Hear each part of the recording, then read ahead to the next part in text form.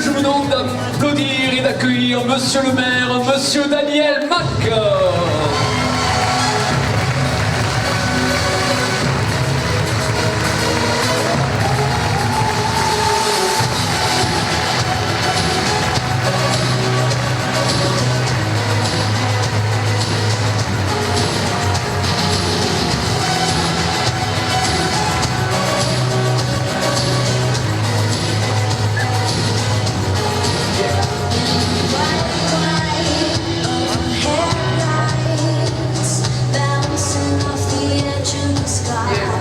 Mesdames et messieurs, qu'est-ce qu'il ne faut pas faire? Voilà ce qu'on peut appeler des bouffées d'oxygène, un peu de légèreté dans ce monde de brut. L'état d'esprit, mesdames et messieurs, qui ressort de cette vidéo est que des agents communaux aux élus, tout le monde sait se retrouver pour de grands moments de convivialité, de complicité, tout en faisant les choses sérieusement. Avant de commencer, je tiens à excuser les absences de Fernand Ciré, député de la deuxième circonscription, Jean-Marc Pujol, président de Perpignan Méditerranée, représenté ce soir par plusieurs élus, donc M. Pully, de Maïté Thérèse Sanchez-Schmidt, ancienne députée européenne et élue de Perpignan, tous obligés, parce qu'ils n'ont pas le don d'ubiquité, de se partager plusieurs cérémonies des vœux, et certains même me représentent d'ailleurs dans d'autres communes. Monsieur le sénateur maire du Soleil, cher François Calvé, mesdames et messieurs les conseillers régionaux et conseillers généraux, mesdames et messieurs les maires adjoints, conseillers municipaux, délégués communautaires et syndicaux, mesdames et messieurs les représentants des corps constitués civils et militaires, mesdames et messieurs les agents de la fonction publique territoriale et d'État, mesdames et messieurs les présidents et représentants d'associations, mesdames et messieurs, chers amis. Les deux vidéos qui viennent de vous être présentées reflètent à la perfection la relation qui nous unit tous à Poyestre. Humour, efficacité et ambition. Au regard de ces images, Poyestre ressemble tout simplement à une grande famille, état d'esprit que je m'évertue avec l'ensemble du conseil municipal d'insuffler depuis de nombreuses années et qu'une immense partie de la population relaye quotidiennement avec enthousiasme. Il est vrai que nous écrivons tous ensemble, vous et nous, depuis 1995, année de notre accession aux fonctions de maire, une belle histoire, notre histoire, qui fait dorénavant la renommée de notre commune. Je tiens à remercier chaleureusement l'énergie et l'imagination débordante de Bérangère Sola, qui anime avec Fanny Hernandez et Alexandre Garetta le point information jeunesse, et qui était aussi la conceptrice des scénarios de ces vidéos.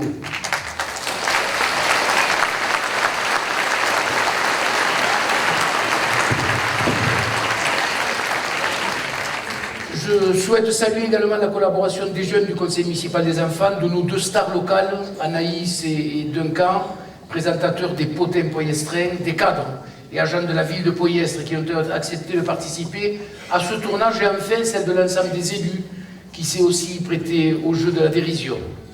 Je finis par les remerciements, par remercier évidemment Franck Chevrier de la société FC Prot, notre complice de toujours qui dévoile chaque année un peu plus l'étendue de son talent. Ces vidéos sont une nouvelle fois la preuve qu'à Poyestre, nous savons faire les choses sérieusement, sans se prendre au sérieux. Mesdames et messieurs, la cérémonie des vœux à Poyestre est traditionnellement orchestrée autour de trois axes principaux. Le bilan de l'année passée, les projets à venir et l'actualité qui est bien plus politique et triste en ce moment. Cette rencontre annuelle a d'autant plus d'importance qu'elle permet aux administrés de juger de l'évolution de leur commune et de la concrétisation d'un programme pour lequel ils nous ont désignés.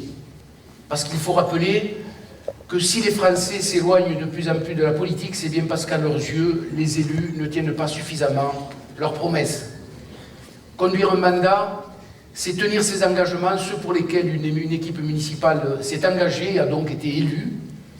C'est pour cette raison qu'à Poyestre, nous disons ce que nous faisons et nous faisons ce que nous disons. L'année 2014 a tout d'abord été marquée par l'élection du nouveau conseil municipal. La présence d'une seule liste à ce scrutin a d'abord été un honneur, mais elle aurait aussi pu démobiliser les électeurs, et fort heureusement, cela n'a pas été le cas. Votre forte mobilisation, à près de 70%, a légitimé notre élection. En mon nom et celui du conseil municipal, je vous en remercie. C'est une lourde responsabilité que vous nous confiez et nous saurons en être dignes tout au long de ce mandat.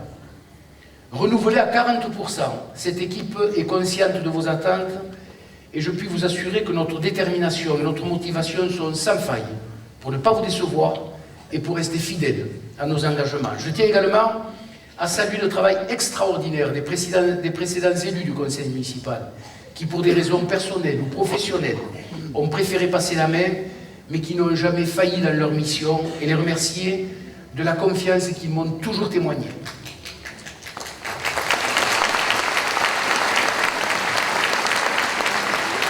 Je félicite aussi les nouveaux élus qui, déjà, après quelques mois d'entrée en fonction, ont clairement saisi l'importance de leur mandat.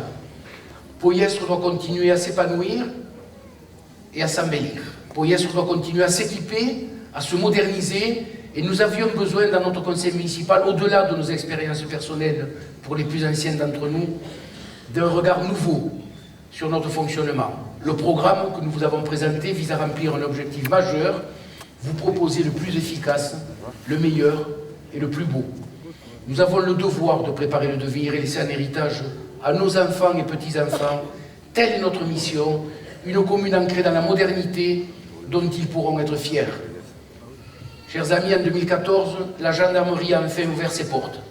Vous en entendiez parler depuis longtemps, et c'est bien normal puisque cela faisait 11 ans que nous travaillons sur ce projet. J'en profite puisqu'ils sont nombreux dans cette salle pour souhaiter la bienvenue aux gendarmes et à leurs familles. Mesdames et messieurs,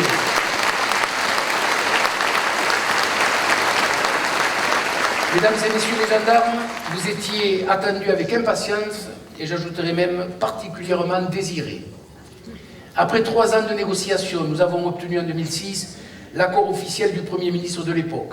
8 ans auront été nécessaires pour voir s'élever cette superbe gendarmerie qui, comme toutes les réalisations de Poyestre, se distingue par l'originalité de son architecture haute en couleur. 48 gendarmes logent avec leurs familles. Dans cette brigade, ils travaillent tous les jours. Le peloton de surveillance et d'intervention de la gendarmerie, le PSIG, le peloton d'autoroute, la brigade rapide motorisée, la brigade rapide d'intervention, la BRI. Autant de gendarmes qui, en partant de la brigade et en y revenant, sillonnent les rues de la commune, qui est aussi devenue la leur, et veillent à votre sécurité et celle de vos biens. Il faut que je rappelle que cette gendarmerie offre la plus grande concentration de gendarmes sur un même site dans les Pyrénées-Orientales. Cette construction correspond à un investissement de 7,5 millions d'euros. Le prêt contracté coûte 193 000 euros par an, quand parallèlement la commune encaisse un loyer pour l'occupation des locaux de 419 000 euros par an. Vous comprenez donc que cet emprunt qui endette en apparence la commune se convertit en réalité en fonds libres supplémentaires de plus de 200 000 euros qui nous permettront encore d'embellir, d'améliorer la vie des Poyestrins sans augmenter la pression fiscale.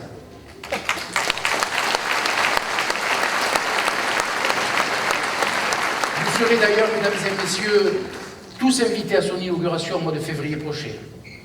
La réforme des rythmes scolaires, quant à elle, a engendré de nombreux chamboulements pour l'équilibre de vos enfants et votre organisation, mais aussi pour les finances publiques communales.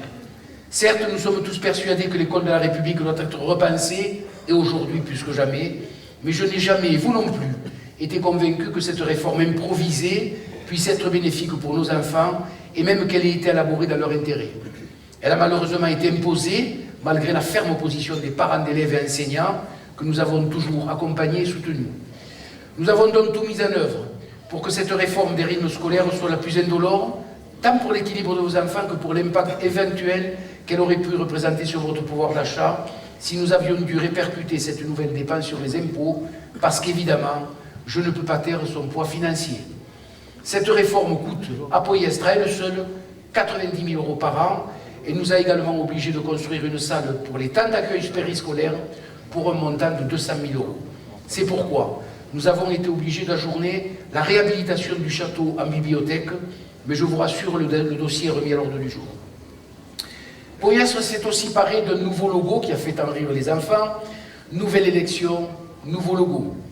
Depuis 1995, il a toujours suivi l'évolution de Poyestre et a été modifié à chaque mandat pour refléter le plus fidèlement possible les transformations de notre commune. Cette année, Poyestre va engager un nouveau tournant dans son urbanisation et son logo, une nouvelle fois, besoin de coller à cette ambition. Avec ce projet futuriste et ambitieux, Poyestre va devenir, à travers son logo, une véritable marque, une marque territoriale. Elle sera donc portée par un coq encore plus fier que jamais, fier d'où il vient, fier de ce qu'il est et surtout qui sait où il va, aux couleurs sang et or, fondu dans un dégradé d'orange plus actuel à la silhouette sportive pour personnaliser cette nouvelle économie que nous allons lancer et développer à Poyestre, l'économie du sport. De plus, pour ceux qui pensent que l'action publique n'a plus de sens, je souhaite leur ouvrir les yeux sur les travaux colossaux que nous avons engagés, qui malheureusement passent trop souvent inaperçus et qui pourtant sauvent des vies. Les pluies diluviennes du mois de novembre ont causé de nombreux dégâts dans le département. Fort heureusement, nous avons été épargnés et ce n'est pas le fruit du hasard. En 92, notre commune a vécu un lourd traumatisme, rappelez-vous, et la population est restée meurtrie par des inondations dévastatrices. Dès mon accession aux fonctions de maire, nous avons engagé, avec le conseil municipal, plusieurs actions et travaux pour la mise en sécurité des personnes et des biens. Plus de 2 millions d'euros ont été nécessaires pour élargir le lit de la Cantarane de 10 mètres et conforter ses rives. Grâce à ces dispositifs, le niveau de la rivière a baissé de 2,50 m et mis hors d'eau les habitations de la rue du Levant. De plus, tous les lotissements que nous construisons depuis 1995 sont dotés d'un bassin de rétention. Nous avons parallèlement élaboré un plan communal de sauvegarde qui définit les protocoles à suivre en cas de graves intempéries pour mettre immédiatement les populations en sécurité. Je remercie à ce titre les élus et agents du personnel communal qui, dans ces cas, sont de permanence et suivent avec vigilance l'évolution des phénomènes.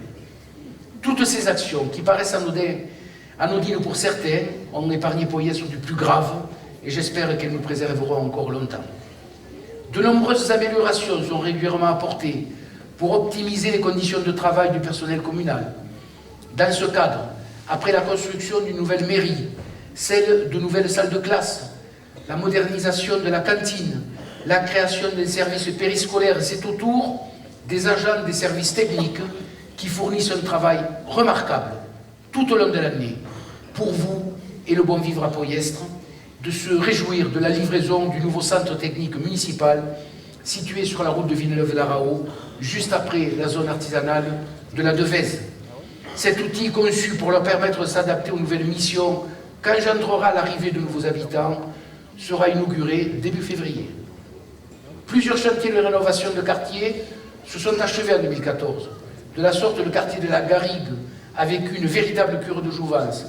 Après les réfections permises par la première tranche, nous sommes passés dans la deuxième à l'implantation d'une crèche moderne et lumineuse qui apporte vie et gaieté au quartier.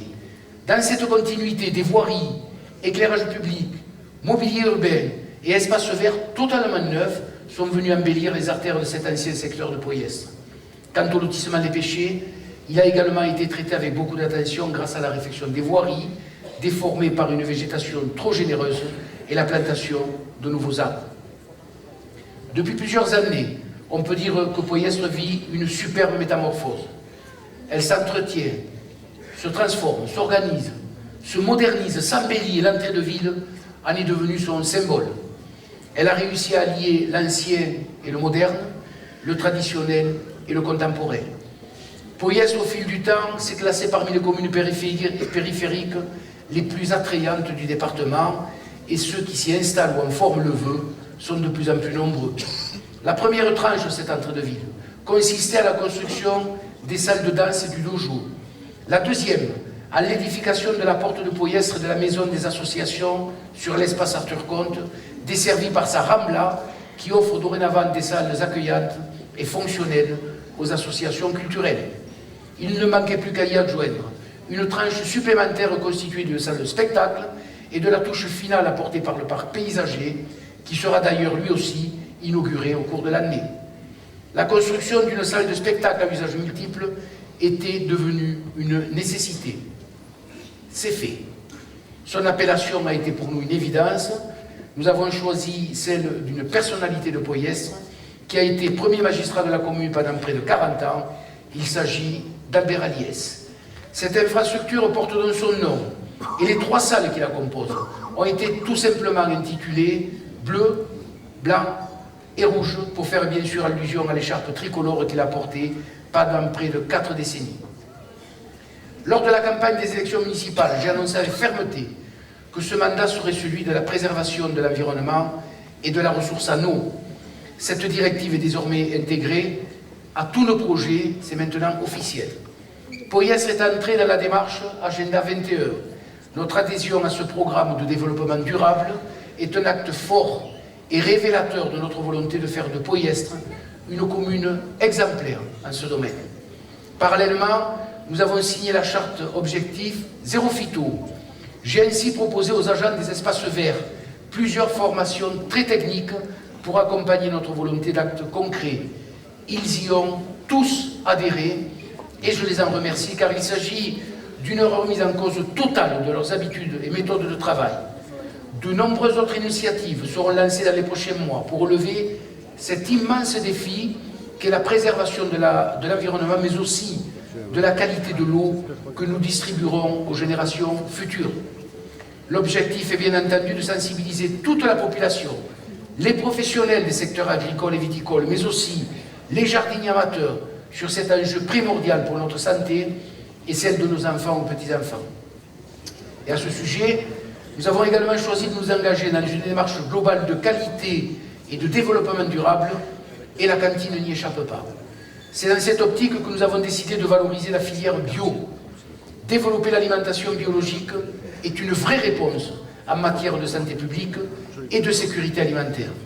Elle permet de garantir une alimentation saine, de compléter ou d'initier l'éducation des enfants sur son importance, de les éduquer au goût, de leur faire découvrir l'origine des aliments, la relation entre l'agriculture et l'environnement, la relation entre l'alimentation et la santé.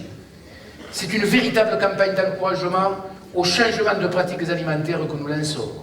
En parallèle, nous sommes déterminés à privilégier les circuits courts et la cantine s'approvisionne donc systématiquement auprès de tous nos fournisseurs locaux. Dynamiser la cantine de Poyestre pour en faire une cantine biologique est une grande ambition.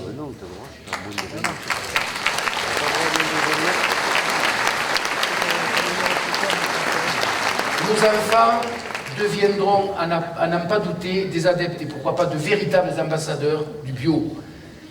En 2015, plusieurs projets seront lancés. Bien entendu, la réhabilitation du château en bibliothèque-médiathèque, et qui malheureusement, je l'ai dit tout à l'heure, a dû être reportée à cause de l'impact financier de la réforme des rythmes scolaires.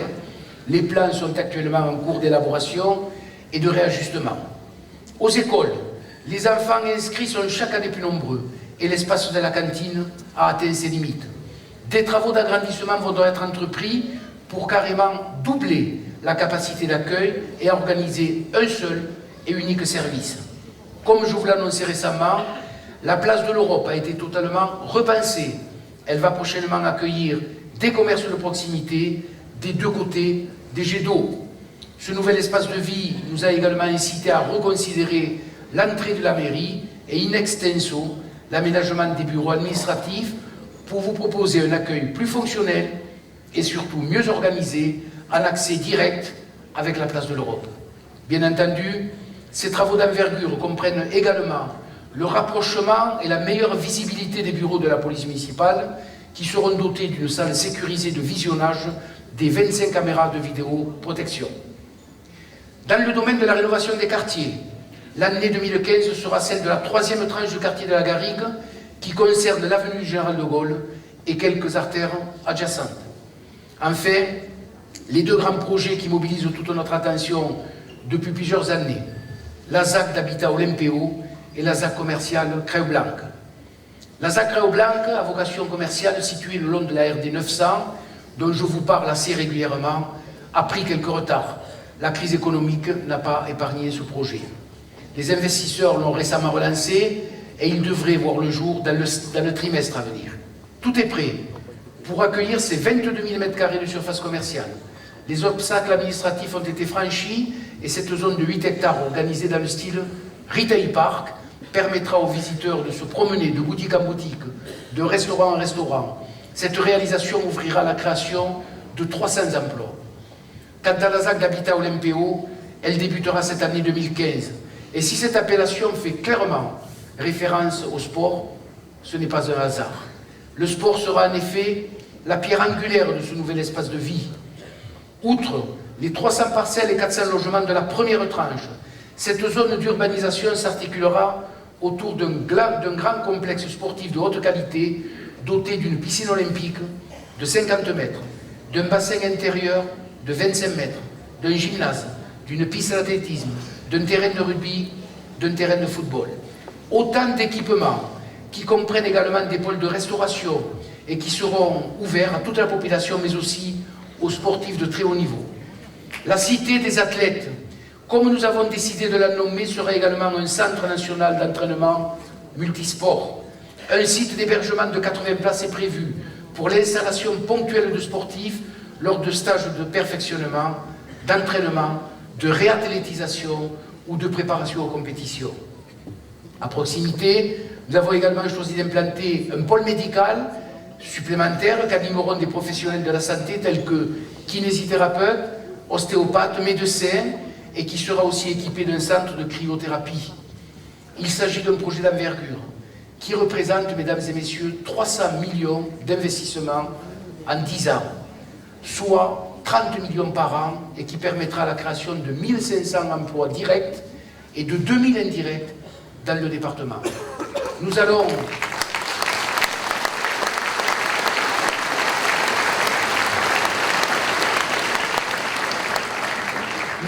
très rapidement, quand je dis très rapidement, c'est dans le premier trimestre, lancer un appel d'offres de délégation de services publics pour que cette cité des athlètes, financée, je le rappelle, par de l'argent uniquement privé, soit aussi gérée exclusivement par le privé.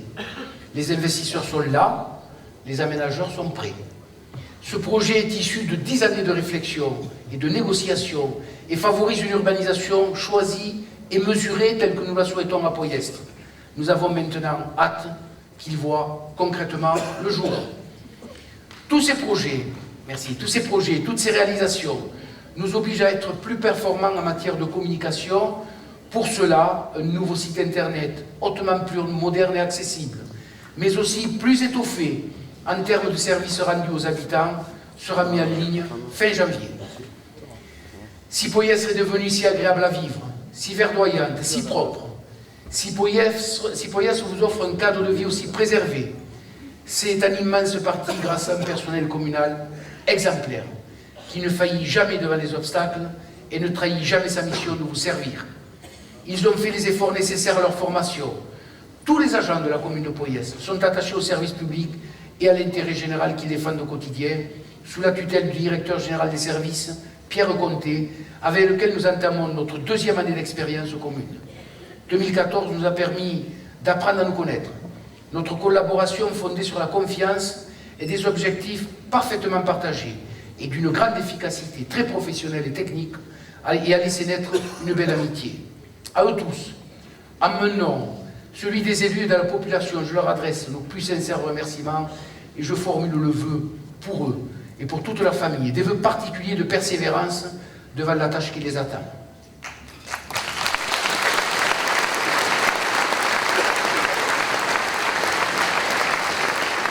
Mes chers amis, cette année encore, vous serez mis à contribution et appelés à vous prononcer dans le cadre des élections départementales de mars prochain.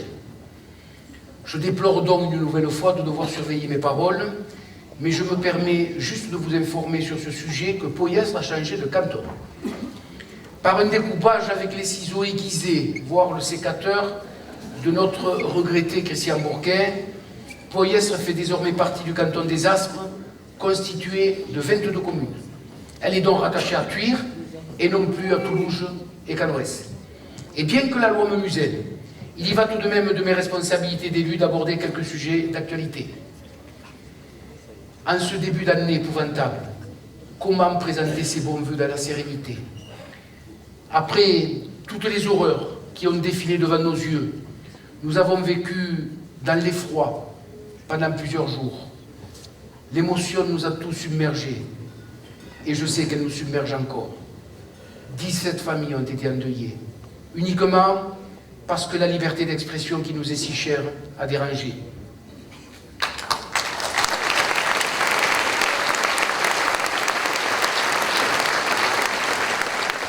J'ai entendu, mesdames et messieurs, toute la semaine des commentaires sur le rassemblement de solidarité de dimanche. Les médias commentaient la sérénité qui caractérisait ces marches silencieuses sans en donner la moindre explication. J'espère que, comme moi, vous vous êtes aperçus que les Français qui défilaient tenaient à la main leurs enfants ou un crayon. Ils n'avaient ni bâton, ni cagoule sur le visage. Au contraire, ceux qui se sont levés, gardaient la tête haute pour dire qu'ils voulaient conserver nos valeurs, nos libertés, notre laïcité, notre démocratie. Ceux-là ne sont pas venus, comme d'habitude, pour certains, pour casser des vitrines, ni pour faire une révolution, ni pour être contre quoi que ce soit, ni pour changer la société dans laquelle ils ont choisi de vivre. Ces Français sont venus en nombre, applaudir nos forces de l'ordre, parce qu'ils savent ce qu'ils leur doivent, parce qu'ils savent que sans eux, leur protection est impossible.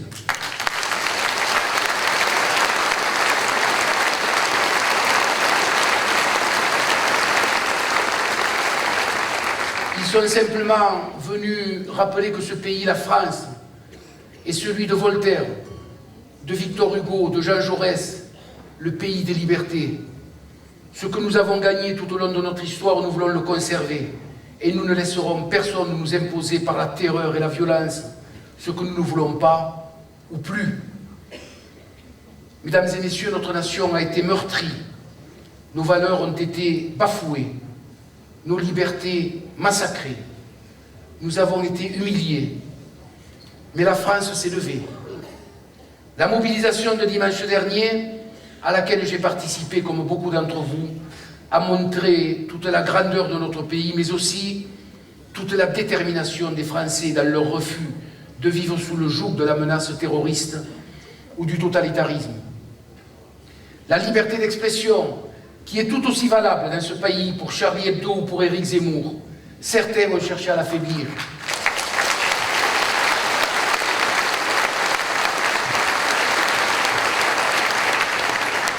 Certains vont chercher à l'affaiblir, mais les Français sont déterminés à la défendre.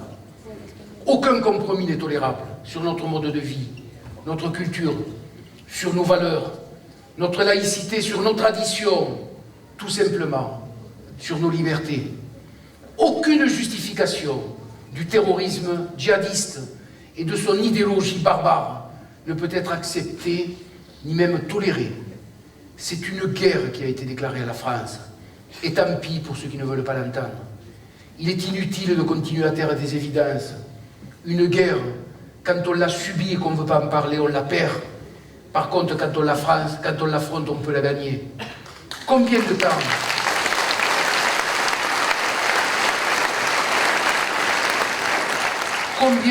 encore allons-nous laisser le terrorisme et le totalitarisme tenter de bafouer nos valeurs et d'imposer leurs lois? Combien de victimes faudra-t-il encore pour que nous réagissions avec une fermeté sans faille? Nous ne devons pas céder au terrorisme et personne ne pourra nous empêcher de vivre comme nous le souhaitons. Mais attention, nous devrons tous changer d'attitude, car l'heure n'est plus au laxisme, encore moins à l'angélisme.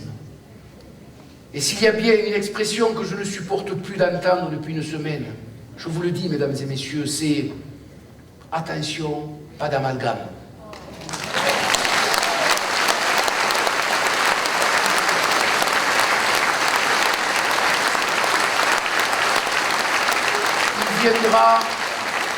Il viendra le temps, dans peu de temps, où nous chercherons toutes et tous les responsables et personne ne pourra s'exonérer, ni les élus qui avaient le pouvoir d'agir, ni les médias qui avaient le devoir de dire. Les rôles se sont fondus jusqu'à s'inverser depuis de très nombreuses années. Les médias ont pris le pouvoir des élus, et les élus, eux, ont légiféré en fonction de l'actualité commandée par les médias. Il y a longtemps que je dénonce ces faits, ce mélange des genres et l'inversion des responsabilités. Mais comme me l'a toujours dit mon ami François Calvet, on peut mourir d'avoir raison trop tôt. Pour revenir à cette expression très médiatisée, pas d'amalgame. Des amalgames, personne ici n'en a jamais fait. J'en ai assez de m'entendre de dicter par les médias ma façon de faire et de penser. Mais ras-le-bol. La France n'est pas raciste. Notre pays a toujours accueilli. Notre pays a toujours tout fait pour faciliter l'intégration, a toujours payé pour ça. Mais force est de constater que c'est un échec complet. Nous ne parvenons pas.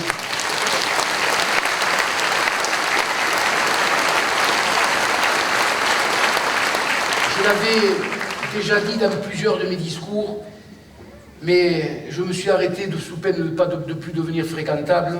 Nous ne parviendrons jamais à intégrer ceux qui ne le veulent pas.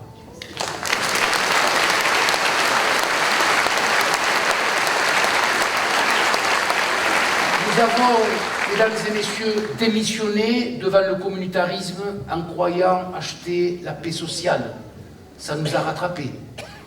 Quand des enfants nés en France, éduqués dans nos écoles publiques, se sentent plus syriens et intégristes que français et républicains, c'est que nous nous sommes trompés de chemin.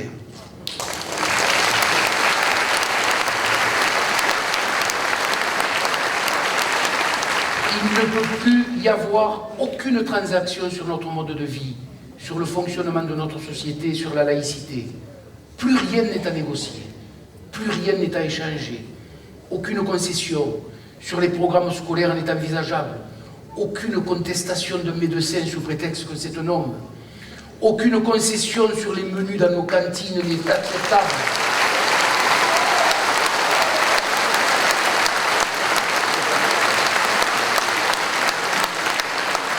Aucune concession non plus sur les horaires de nos piscines. Tous ceux qui vivent sur le territoire de notre République doivent en respecter tous les principes. Ceux qui le refusent, qu'ils soient nés en France ou pas, représentent une menace et n'ont pas leur place dans la République.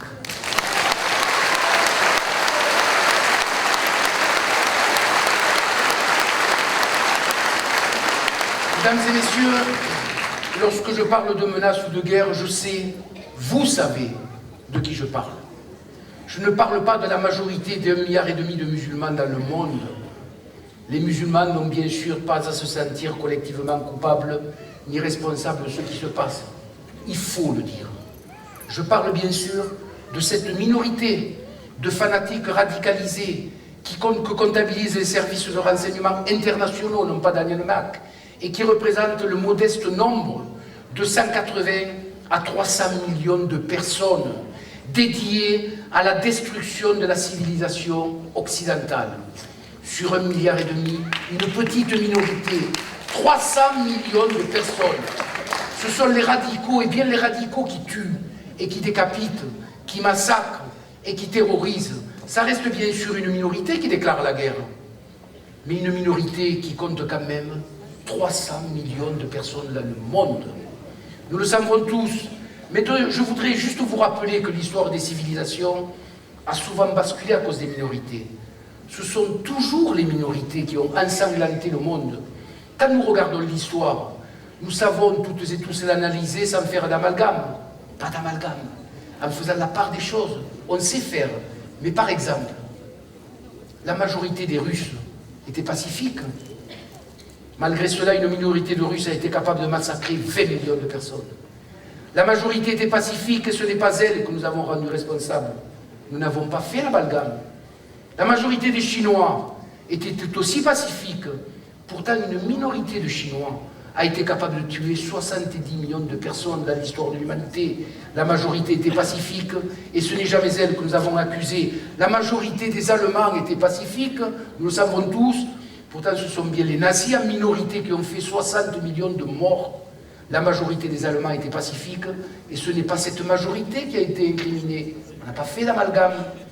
Le 11 septembre, mesdames et messieurs, aux États-Unis, où vivent 2,5 millions de musulmans, il n'aura fallu que 19 pirates de l'air pour mettre à genoux l'Amérique, détruire le World Trade Center, attaquer le Pentagone et tuer près de 3000 Américains. La majorité était pacifique, ce n'est pas elle qui a été incriminée. Nous n'avons pas fait d'amalgame. Alors en France, nous connaissons cette majorité pacifique, parce que nous la côtoyons tous les jours. Nous travaillons avec elle tous les jours. Nous vivons avec elle tous les jours. Et nous n'avons pas besoin d'entendre en boucle de la part des médias cette leçon de comportement qui se résume à pas d'amalgame. On entend ça partout, comme s'il suffisait de le dire pour tout arranger et calmer les esprits. Nous n'en sommes plus là. La menace a atteint un tel niveau que l'on ne peut plus se satisfaire de cette petite phrase mollasse et passe-partout. Quand allons-nous cesser d'être dans la justification? Quand allons-nous cesser d'être dans la défensive? Jusqu'à quand allons-nous vivre des décapitations en direct de nos compatriotes sur nos écrans de télé? Jusqu'à quand nos policiers vont-ils se faire lâchement assassiner sans que la moindre possibilité de défense ne soit mise à leur disposition sous prétexte d'éviter toute bavure potentielle?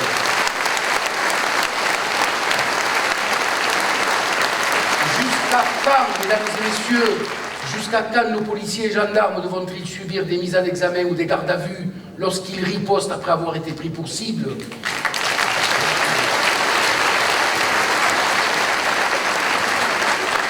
Tous ces grands drames que nous vivons en France se terminent toujours par pas d'amalgame. Je vous le dis, je n'en peux plus. Une vraie république, mesdames et messieurs, protège ses concitoyens et prend des bonnes mesures. C'est maintenant qu'il faut faire le bon diagnostic. C'est maintenant qu'il faut prendre conscience que le terrorisme islamiste n'est pas un terrorisme de l'étranger et qu'il a grandi au sein même de la France. C'est maintenant que nous devons nous donner des moyens supplémentaires à notre justice, en instaurant des peines incompressibles pour toute complicité d'actes terroristes avec des perpétuités réelles.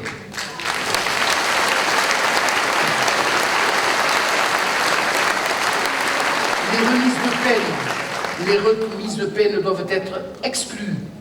C'est maintenant qu'il faut faire évoluer notre système carcéral, car nos prisons sont devenues l'un des premiers foyers de prosélytisme. C'est maintenant que nous devons donner plus de moyens aux forces de l'ordre. Les procédures de renseignement, d'écoute et de surveillance doivent être facilitées, y compris sur Internet. Et pour défendre nos libertés, il faudra, mesdames et messieurs, peut-être accepter de se priver de certaines d'entre elles, accepter les fouilles et les contrôles. Personnellement,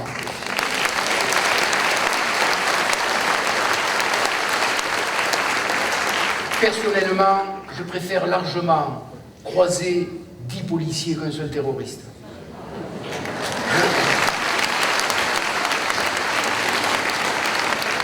C'est maintenant que nous devons restaurer fermement l'autorité de l'État pour clamer haut et fort nos valeurs, celles qui ont forgé et font la force de notre démocratie, de notre République. C'est maintenant qu'il faut interdire le retour sur le sol français de tous ceux qui partent se former au djihad.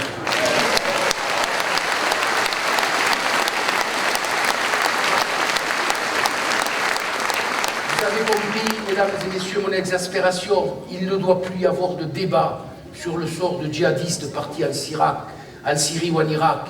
Ils ne doivent plus rentrer en France parce qu'ils n'ont plus leur place sur notre territoire national.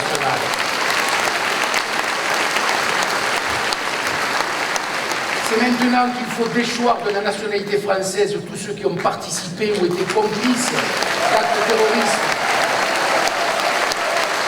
C'est maintenant, mesdames et messieurs, qu'il faut partir à la reconquête des territoires perdus de la République et en finir avec ces quartiers infestés par le fondamentalisme. C'est maintenant qu'il faut veiller à ce que tous les enfants français de la République aillent à l'école. C'est maintenant qu'il faut supprimer les allocations familiales aux parents laxistes. Aux parents laxistes qui les laissent errer dans les rues au risque de les livrer à l'embrigadement. C'est maintenant qu'il faut réinstaurer le service militaire qui offrait un cadre d'apprentissage, d'éducation, d'alphabétisation, qui créait des vocations, qui apprenait le respect de la hiérarchie et contribuait à réveiller l'amour du drapeau et de la nation. C'est maintenant qu'il faut légiférer, mesdames et messieurs, et ne plus attendre le flagrant délit pour agir. C'est l'évolution de nos textes de loi qui contribuera à nous protéger. Voilà le message que les Français ont clairement passé lors des manifestations de dimanche dernier.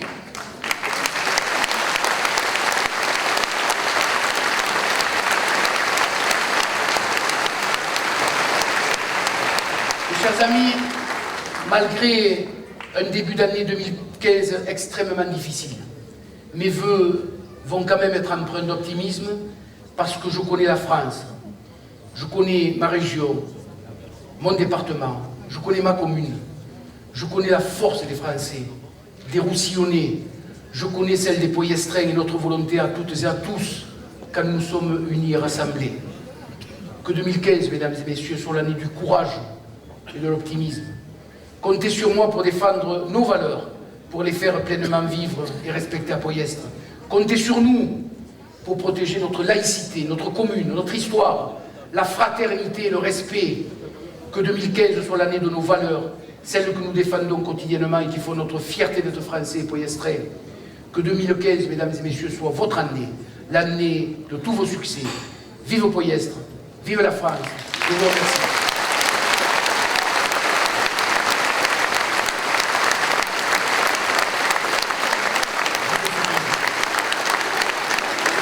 Bien. Mesdames et messieurs,